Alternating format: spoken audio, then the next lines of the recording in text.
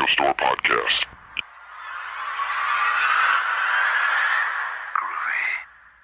There's no more room in hell. The dead will walk near. We have such sights to show you. I kick ass for the Lord! Praise God, boy! Welcome to the House by the Video Store Podcast. I'm your host, William, and joining me today will be... My name is Robert Paulson, a.k.a. Corey. Derek. And in this episode, we'll go through what we've been watching during the past week and go into a full review of 1985's Re-Animator. And just to start things off, this past week, the video we put out was 10 Facts About Escape from New York. So I watched that movie a couple times this past week. And that movie is just, when you rewatch it, it's great. And when you listen to the commentary track and look at the behind-the-scenes stuff, it's crazy that movie was made for as little money as it was. And the fact that even though it's called Escape from New York, there's only one scene in the entire movie that takes place in New York.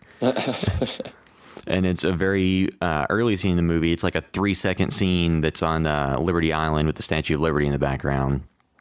Yeah, before I watched that video, before you'd produced it, it had been so long since I'd seen that movie. Were you one of those people that were not like a big fan of Escape from LA? I don't think many people are big fans of Escape from LA. Just I don't know like any like Escape from LA super fans, but I know most of the people who were fans of New York weren't very happy when LA came out.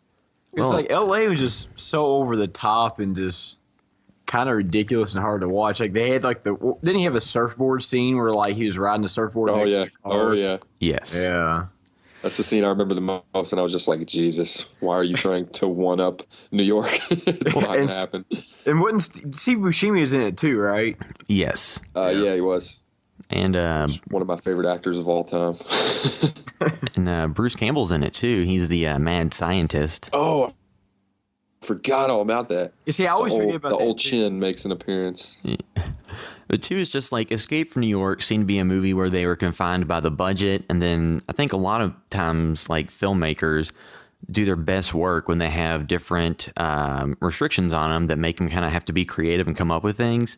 Right. Kind of puts you in a pinch like, okay, I need to figure out something else to do right here other than the normal. And then Escape from LA, it seemed like they had a little bit more money and computer animation existed at that point. So they just overused. Which is not always better. My opinion. Yeah, I mean, because at least in this day and age, a lot of times CGI can look pretty good, but back then it did not, and it does not age well at all. No. God, CGI is like another one of those things that it works. Don't get me wrong, it works good for some situations in some movies, but for like for instance for horror movies, I just completely hate it. I hate it. It seems like every time I turn around, it's like some CGI face of a little girl turning around being like, rah! It's like, it's not scary.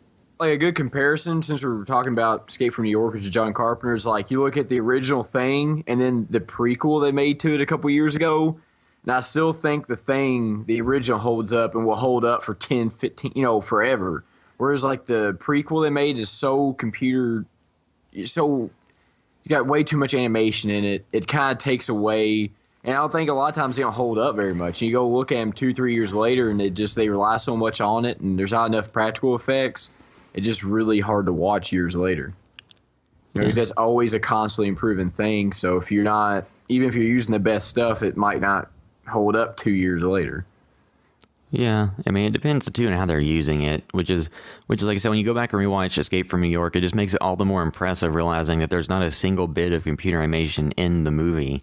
Even the scenes that are computer displays and things like that, those are either hand-drawn or like the scene where he's flying the glider through the city and it shows like the 3D display. City or whatever. Yeah, they just made a cardboard version of the city and painted it black and put green lines on it just to give that look. So aside from Escape from New York, that's pretty much the only thing I got a chance to watch this week just because I was busy doing the video. I stopped by the podcast for our friends at nevernervous.com yesterday, and they had me bring just 3 random movies, and I wanted to bring some stuff that I knew that they hadn't seen.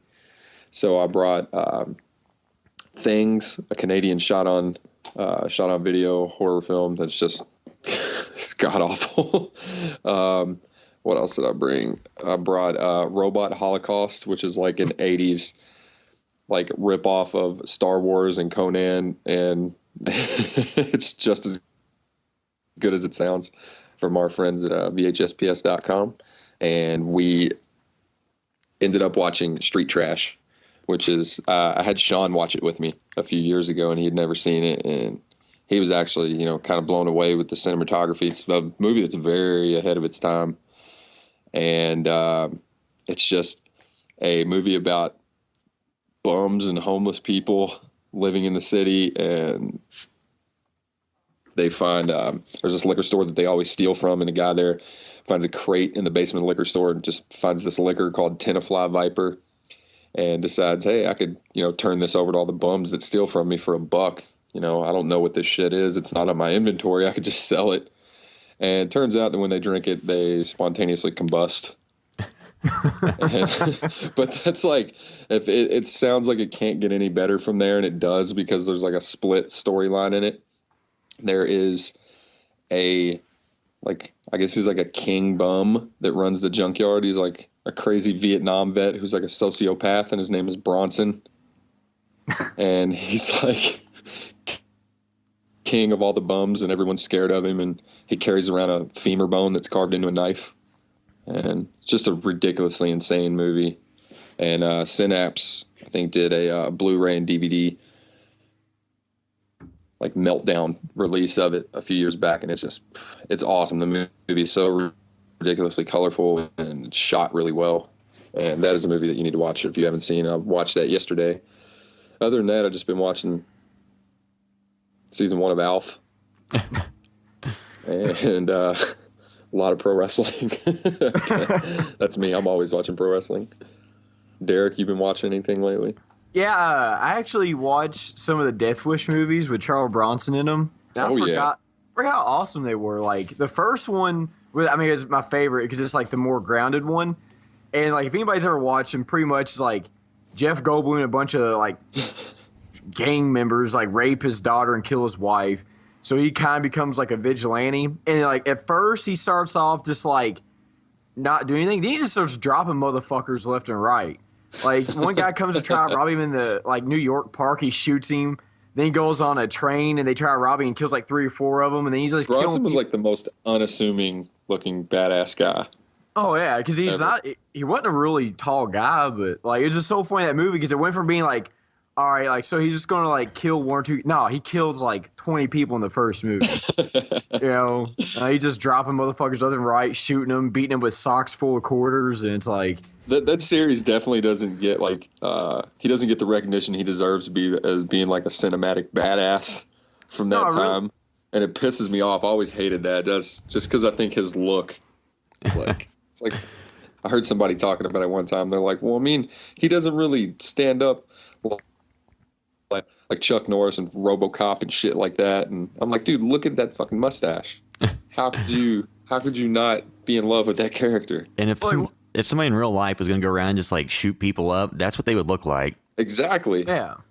Like, that's one thing I was telling somebody about, how the reason it's like my girlfriend's sister watches all these shows on MTV, and I'm like, that's bullshit. That's stupid. She's like, why do you always say that? And I was like, well, for one, people aren't really that pretty. Like, there's no ugly people on these shows, so it's not real to me. Like, like somebody like Bronson, he seems more like a real life thing that could happen. Like a big older guy with a mustache and a giant ass gun, just shooting people, beating them with socks full of quarters. Yeah, like, one thing I do love though is like, because they think they did those movies over like, because he's probably like in his late 40s, early 50s in the first one, or because he's no spring chicken.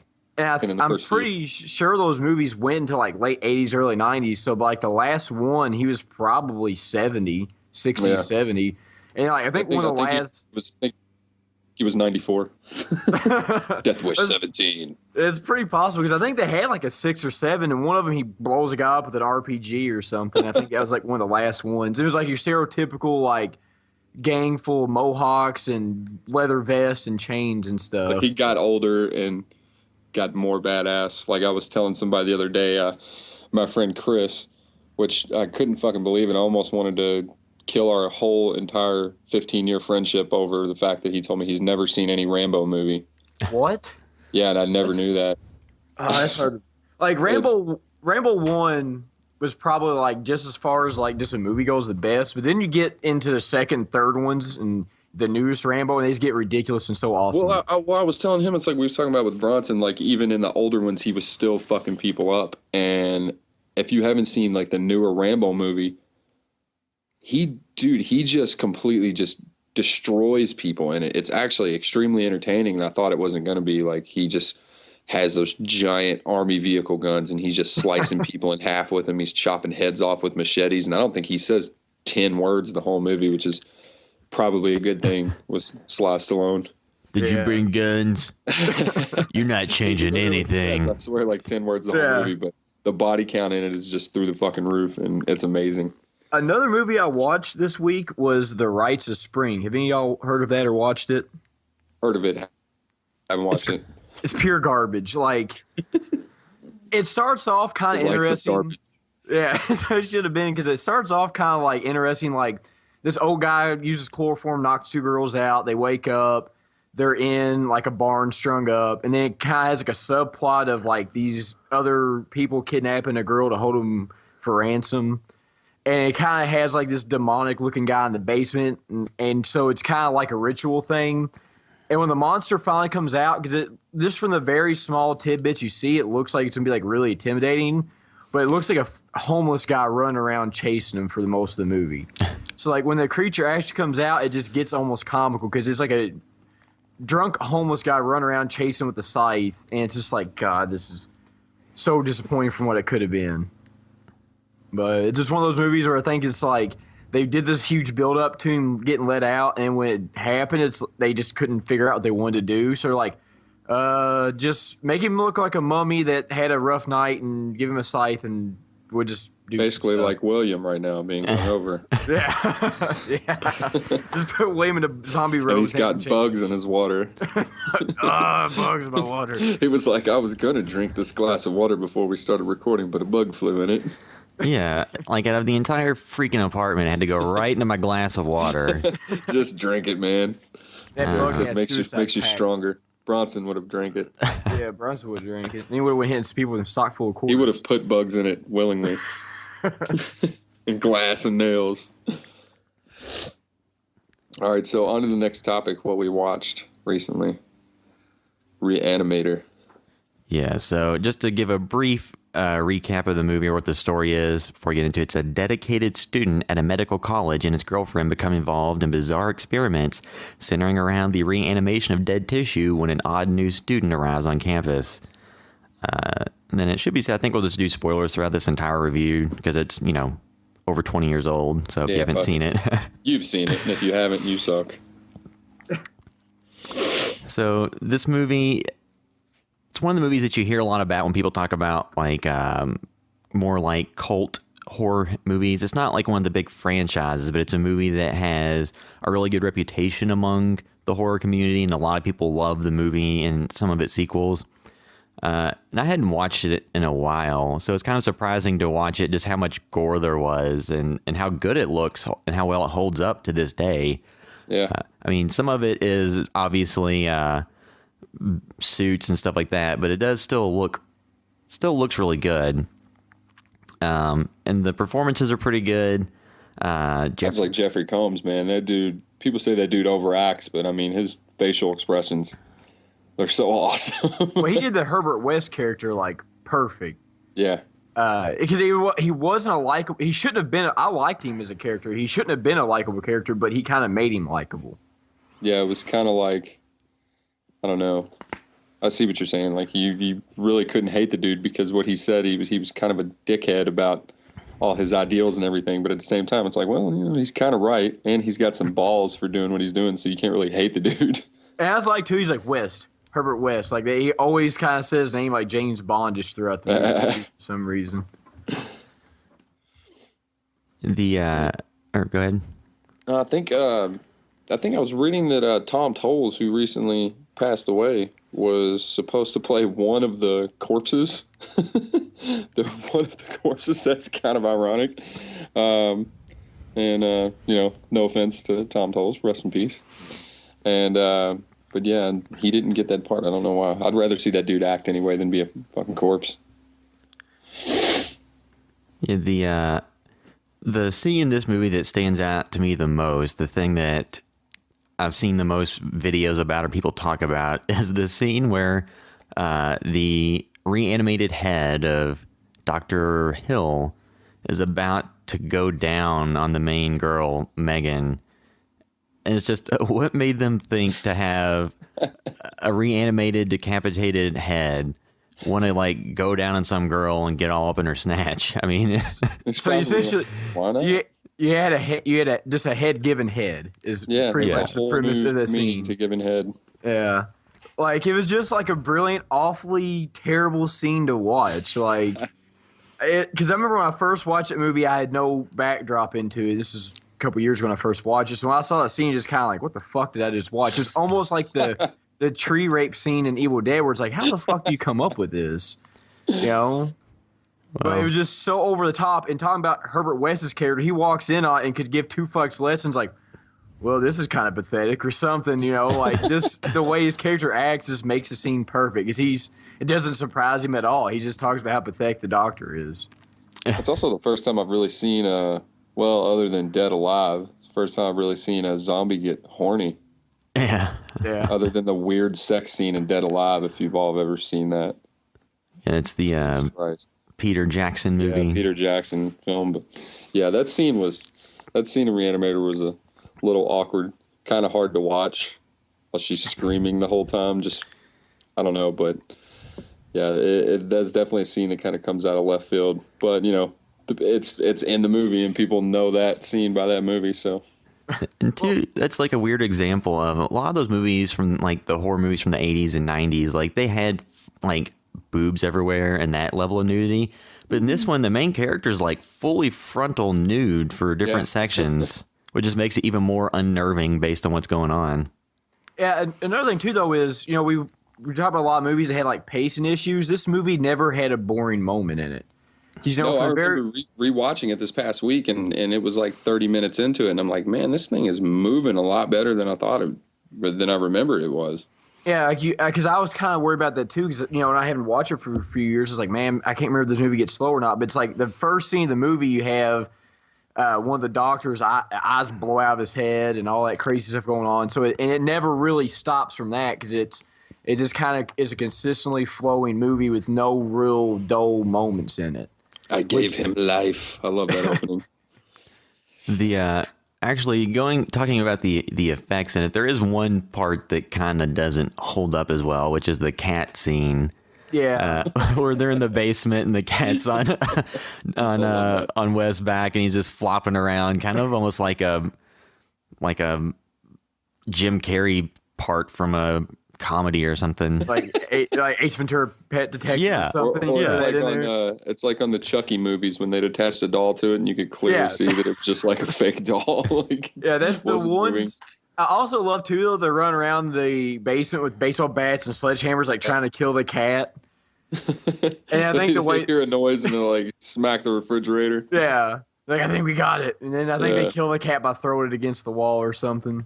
That was good too, because its brains exploded all over the wall. Yeah, man, I know they didn't plan for that, because he just like blindly threw it against the wall, but that ended up looking really cool. They're probably like, cut, we're keeping that.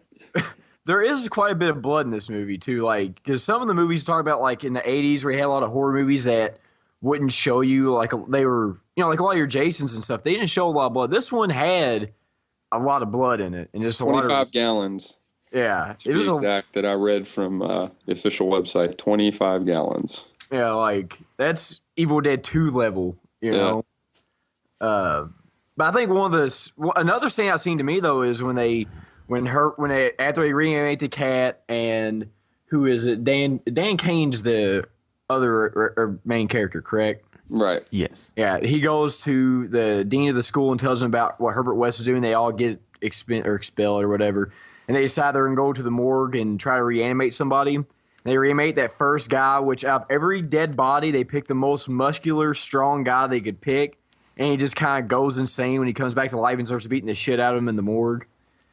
And then they, I think he breaks down the morgue door and like drops the door on the dean and kills the dean and bites his fingers off. And there's blood everywhere.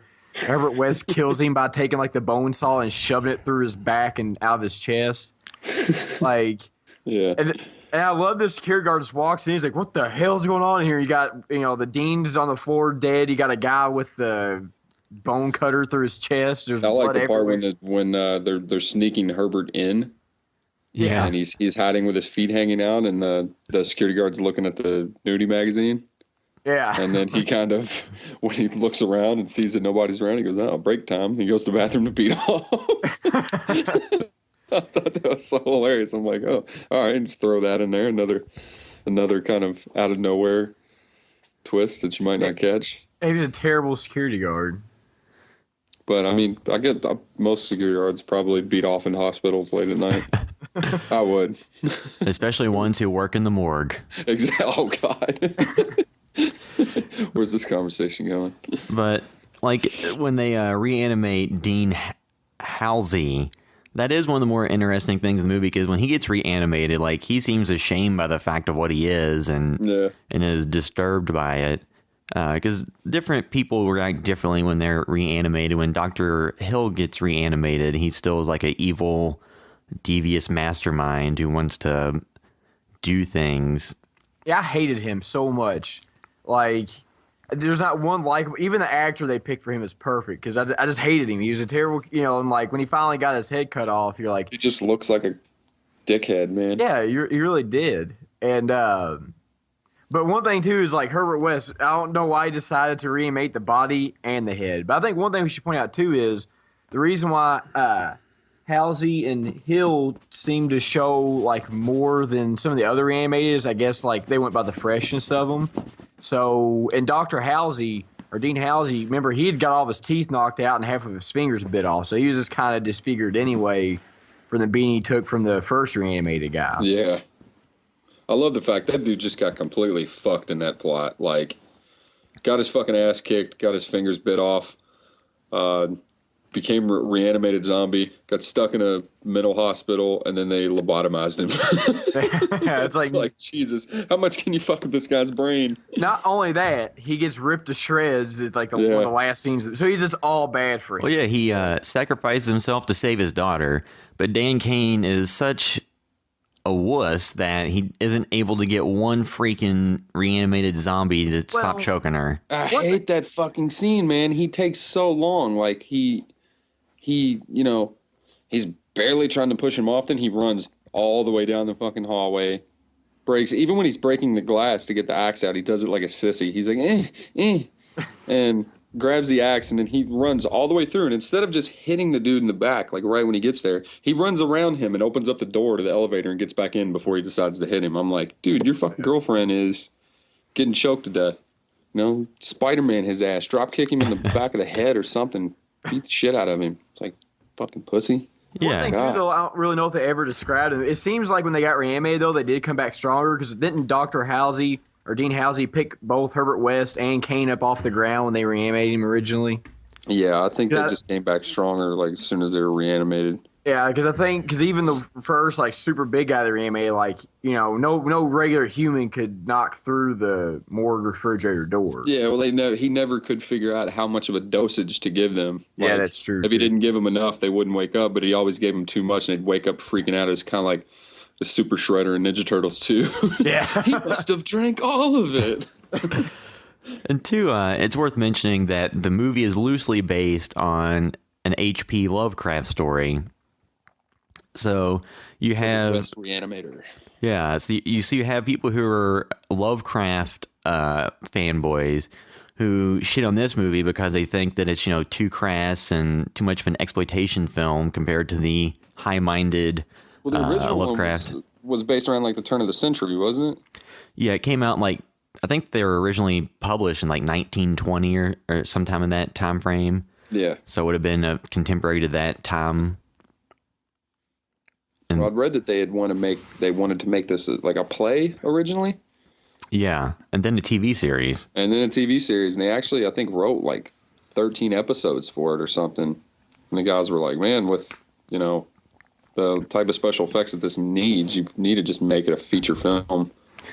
Yeah, and it's interesting too, because when they were trying to pitch this as a TV series in the 80s, people said, well, no, you don't want to make a TV series about horror. You want to go straight to movies because that's really the only way you can do it. Yeah, that's what it was. And in this day and age, I would make the argument you could make something like this into a successful TV series much easier than you could in the 80s because people are more into that stuff now. Yeah, absolutely. Well, I think too, though, like as much as I'm not a big fan of this franchise, like the Walking Dead kind of bridged that to where they've shown that you can make a successful horror TV show. As much as I hate it, I agree. Yeah, because that was like the first real big one, or first one I know of that was a horror franchise. I mean, I guess you could argue like Buffy, but that was like lesser stuff. But that showed, The Walking Dead showed you can make a very successful TV show out of horror elements, and you can have a little bit of blood and gore in it too. You'd have to get picked up by somewhere like AMC or HBO or something like that. True, I would have loved to see, even now, I'd like to see a Re-Animator show like on AMC. That would have been awesome. See how that would have turned out. That's, I agree. I always thought that when I originally read that could have been a TV show, first thing I thought was, not like, hey, I'm glad they made that into a movie. I thought, man, that really could have been a decent TV show. But if AMC did it and the same people that had The Walking Dead did it, it would take 4 episodes to get the axe to free the girlfriend. Yeah, right. And then they would just walk around shoving knives and screwdrivers in people's heads, and it would just squirt blood out that's terribly pixelated and CGI. Herbert West would have grew a beard and had a kid, and he would have wore a cowboy hat the whole time. Yep. And it would have just been all bad. One thing, too, though, is at the very end of that movie, when they're in the morgue, and the shit kind of hits the fan because Dr. Hill had reanimated everything and lobotomized all of it so he would control all of them. And they're all fighting, and then Herbert West's big idea is just to OD everything. He wants to overdose, so he overdoses the body, and then like the lower intestines come out, like wrap around his face. Yeah, and grab him up. I love that. Yeah, like that was pretty interesting, but they leave a little bit because of course there's a sequel, so they leave a little bit of does he die or does he not? Because I don't really think it ever shows definitively what happens to him. It just he tells Kane to get out and take his research. Right. I was a fan of the sequel. I liked Bride of Re-Animator, but you told me, which the one I hadn't seen, Beyond Re-Animator, you told me it was horrible. Yeah, it's not. I remember watching it because I think it came out in 2001 or 2003. It came out in 2003. Yeah, and it was bad. Like, they even had the original they had Jeffrey Combs in it, the original Herbert West. So I figured I even remember with him seeing in it, him on the poster and on the cover, but I'd never got to check it out. Yeah, I watched it a couple years ago, and it was very painful to watch. Like I said, from what I understand, it was like a sci-fi original movie. So they had like a couple different versions. They had the made-for-TV version, and then they have your unrated versions. Ugh. And the version I watched was like the PG or PG-13 version, which is the one they showed on TV. And it was all bad. Yuck. Yeah, I mean, anytime something shows up on the Sci-Fi Channel, it's because I remember there was a few years ago they were talking about maybe making a TV series based on The Thing, and just based on what they probably would have done with it, I'm glad it never actually happened. Yeah, I can't see you and Sean being too excited about that. So I guess we can just kind of go around and sum up our thoughts on this movie, starting with Corey.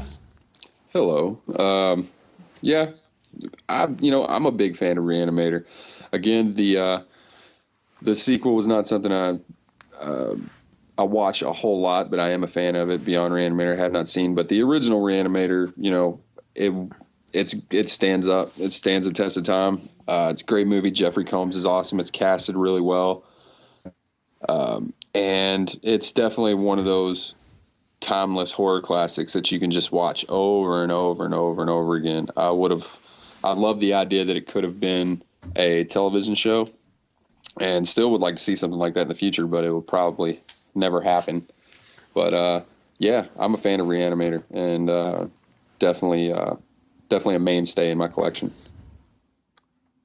Yeah, this is one that I'm glad we revisited because I forgot how much I really loved it because, as we talked about earlier, there's no dull or painful moment in the movie where it's just so boring. It's really well paced. So it starts off fast and it continues fast throughout the entire movie.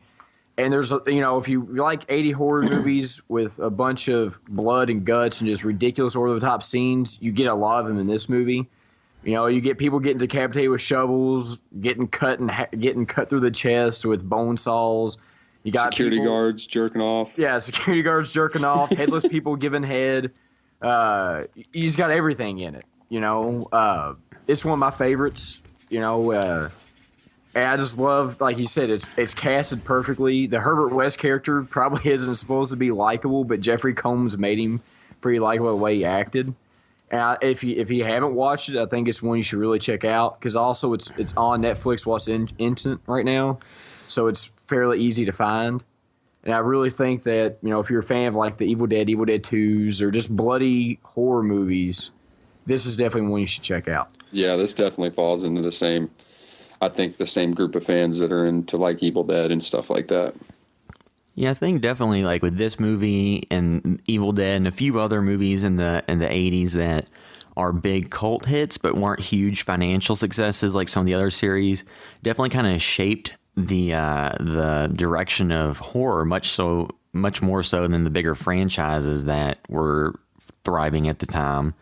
And I just think this was I think like everybody said, like the effects in this movie are good. It's got a good cast.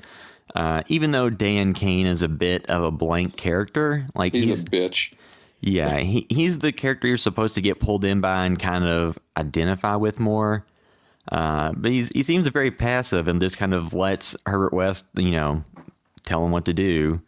But the movie, like the effects in it, and it's too, when you look at it and think about it only really has like two locations the entire movie: the morgue and Dan school and his apartment. Yeah, and then their house in the basement. So there's only like three locations the entire movie takes place in. But it feels more expansive than that. It never really felt that like I would think of that as like a claustrophobic movie almost, but it never really felt like that. I guess just because so much is going on, you never really thought about it like that because it was just.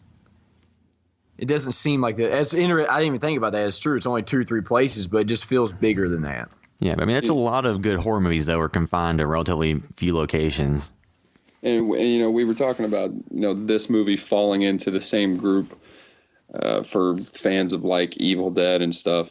Also, people should check out, which we should probably do a podcast on this here soon, which is From Beyond, which is also another H.P. Lovecraft story.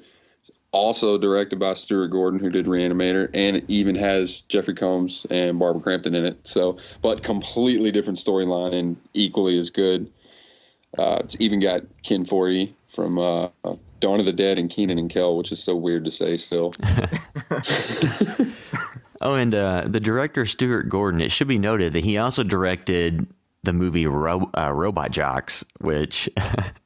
What the fuck is that? You haven't seen Robot Jocks? No, I have not. So I've never heard of that. So it's a movie from the I think 1991 where it's like a post-apocalyptic setting, and instead of the nations going to war, they just each have a robot that they have a pilot for who goes and fights against other robots in like a match to determine who won to settle conflict. Holy shit. A post-apocalyptic movie from the 90s that I haven't seen. Yeah. I'm very intrigued right now. Yeah, like somebody actually did a pretty good mashup trailer of that movie and Guillermo del Toro's Pacific Rim, since there's some similarities. But Robot Jocks, like, you can definitely see the influence, the horror influence and the work that Gordon did on Re-Animator kind of bleeding into that. But that was a movie that didn't really, make much money at the box office and wasn't super well loved. It's more of a cult movie now, but back to Re-Animator. I think just the end of the movie too was, just so bonkers that it's one of those, end sequences that is very hard to forget. It's very memorable. And then the way they ended things, they kind of left it open. They didn't really spoon feed you what happened. Of course they made sequels, so that Herbert West lived and Dan lived, but it did leave it unclear as to what happened to the girlfriend Megan. I mean, but I love that. Talk I about like when movies leave it like just to the imagination. I think it's better most of the time. and like the Halsey family, they just got shit on this movie. Her dad gets killed and turned into a zombie and gets ripped into a million pieces to save his daughter, and then her pussy boyfriend doesn't even stop the one zombie dude from choking her to death. Yeah, he had like one job the entire movie he had to do, and he just couldn't do it. You had one job. Don't be a pussy. And he failed, and she died. Good job, dude. But I mean, this is definitely a very iconic movie, one that's, you know, if you haven't already watched, it's 100% worth watching, or watching again if you haven't watched it in a while, just because it's so crazy when you put it in the context of the things that come out now. There's one more scene I really feel like we have to talk about because we didn't mention it. When Dr. Hill goes into Herbert West's like basement and Dan's like apartment, and he decides he's going to take his research, and he's looking through a telescope, and then Herbert West decapitates him. I love the scene, like right before he reanimates the head, he's like putting it in the pan that he has, and he's like trying to get it to set up, and he can't. So he finds like that little metal like thing with a rod sticking out of it, and he puts it in the pan, just shoves the head on top of it. It's like he just gives no fucks in the movie, you know. It's just like I'll just stick his head on that and put it over there. It's just Fuck it, it's just a head. He didn't like that guy anyways. I just love like the way his character was. Like he just something about him. His character was just an asshole, but it worked, and it was made it. He made only it, like, cared about himself, and he did everything on the fly. Yeah, Like that's when her dad, I think, died, the first thing he thought about was reanimating him. Yeah. And he's like, "Oh, sorry, I know your girlfriend's dad just died, but this is the freshest corpse we've ever been in contact with. We got to take advantage of the situation." And one thing too, though, the entire movie, Herbert West is essentially doing the blue still look from Zoolander. Yeah, he pretty much. He's like, "I'm a male model. Watch me reanimate the corpses." I gave him life. That look. They could have a zombie fashion show of reanimated corpses. I feel like that would probably go pretty terribly, and everybody would die. Similar to They could call it Herbert Chic. All right, so I think it's fair to say that we were all big fans of this movie, and this is probably something we'll talk about again for the site, because it's just one of those seminal movies that kind of just shape the way that movies are being done in the horror genre. Definitely is referenced a lot. So if you have enjoyed the podcast, make sure to subscribe in iTunes and to give us a rating there, preferably of the 5-star genre. That's right, player. And then you can also find everything we're doing on housebythevideostore.com. You can look us up on Facebook and Twitter. On Twitter, we're HBTVS_official. That's also our Instagram account. And in terms of where you can find all of us on the internet, you can find me on Twitter at Will_droid. And you could find me on Instagram. I do not have Twitter. I do not like Twitter. I like pictures. So you can find me on Instagram at _Southend_Strangler. If you're looking for me, you can find me on Instagram too at MetaWorldDerek. I do use Twitter. It's at DWCap90. But just so you know, like one of the last tweets I did was like 2010, so I don't use it very much. But I do have one. And then you can add me on MySpace and Friendster. Louisville Mojo, which most people won't really know about that. That's some local shit right there. And maybe eventually we'll make a House by the Video Store Tinder account. Maybe. So you could swipe us. How about a Craigslist account too? Just I've put our website on Craigslist before, and I actually got emails back about it, but it was about people, wanting to help design the website in the future or anything, and I'm like, no, bitch, just watch the videos. This is all free. Just watch it. Yeah, I don't want a hand job or anything. Fucking Craigslist is full of those. I went to buy a TV one time and ended up getting offered a hand job for $40. But that's for another podcast episode. Yeah, on housebythevideostore.com, we're not giving away hand jobs, but you can buy a nifty T-shirt if you want. They're on the website. We don't have hand jobs, but we have T-shirts. Yeah. I mean, you can Those have are coming someone give you one while you're wearing the shirt, or you. T-shirt that says, "I went to housebythevideostore.com and all I got was this hand job." All right. All right, I think that about does it. So that is it for this episode of the House by the Video Store podcast. Thanks for listening. See you guys. House by the Video Store.